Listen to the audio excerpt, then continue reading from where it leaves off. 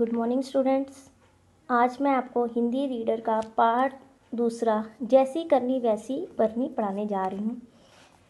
पाठ का उद्देश्य क्या है कि हमें कभी किसी से चालाकी नहीं करनी चाहिए, अपना काम ईमानदारी से करना चाहिए बच्चों, कि हमें किसी के साथ ज़्यादा चालाकी नहीं करनी चाहिए और हमें हर अपना काम हर कार्य को बड़ी ईमानदारी से करना चाहिए। आओ अब हम इसके लेसन के बारे में पढ़ते हैं। किसी गांव में एक व्यापारी रहता था। वह गांव का सामान शहर में और शहर का सामान गांव में बेचता था। उसका व्यापार बहुत अच्छा चल रहा था। इस तरह उसे अच्छी आमदनी हो जाती थी। उसके पास एक गधा था। वह उसी पर सामान लादकर लाता और ले जाता था। एक दिन व्यापारी ने शहर से नमक का बोरा खरीदा और उसे गधे पर लादकर गांव की ओर चल पड़ा। नमक का बोरा बहुत भारी था। उसे लेकर चलना बहुत कठिन था। उसके बोझ से गधे के कदम लड़खड़ा रहे थे। शहर से गांव के रास्ते में एक छोटी नदी पड़ती थी। जब गधा उसे पार कर रहा था तो वह लड़खड़ाकर पानी में गिर पड़ा।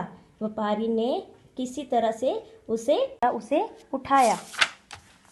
जब गधा नदी से बाहर आया तो उसे लगा कि उसका बोझ बहुत कम हो गया है। अब वह बहुत खुश था। कुछ दिन बाद व्यापारी ने फिर नमक खरीदा और उसे गधे पर लादकर गांव की ओर चल दिया। आज भी नमक का बोरा बहुत भारी था। जैसे ही गधा नदी के बीच पहुंचा, वह जानबूझकर पानी में गिर गया। बोरे का कुछ नमक पानी में घुल गया और बोरे का बोझ कम हो गया। व्यापारी समझ गया कि इस बार गधा जानबूझकर पानी में गिरा है। उसने अपने मन में सोचा, इसने मेरा बहुत नुकसान कर दिया है, अब मैं इसकी चालाकी का मजा चखाऊंगा। अगली बार व्यापारी ने रुई का गट्ठर खरीदा और उसे गधे के ऊपर लाद दिया। गधे ने महसूस किया, आज बोझ कम है, नदी के पानी में घुलकर और भी कम हो जाएगा। आखिर वह था तो गधा ही। गधा अपने मन में बहुत खुश हो रहा था। जैसे ही वह नदी के बीच में पहुंचा, वह जानबूझकर फिसलकर पानी में गिर गया। अब व्यापारी ने उसे नहीं उठाया। धीरे धीरे रुई में पानी बढ़ता गया और वह बहुत भारी हो गई। कुछ देर बाद जब गधा उठने लगा तो उससे उठना कठिन हो गया। उसने अपने मन में कहा, हे भगवान, ये क्या हुआ, मैं तो बोझ से मरा जा रहा हूँ।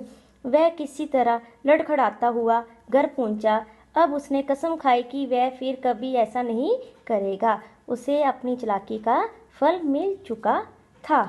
तो बच्चों, ये हमारी लेसन नंबर 2 जैसी करनी वैसी भरनी की कहानी थी। मैं आशा करती हूँ कि शायद आपको ये कहानी समझ आ गई होगी। संकेत इसका क्या है? बच्चों को समझाइए कि जो अधिक चालाक बनने की कोशिश करता है वह एक दिन स्वयं धोखा खाता है और पछताता है। इसीलिए चालाक बनने की कोशिश मत करो। सदा ईमानदारी से अपने कर्तव्यों का पालन करते रहो।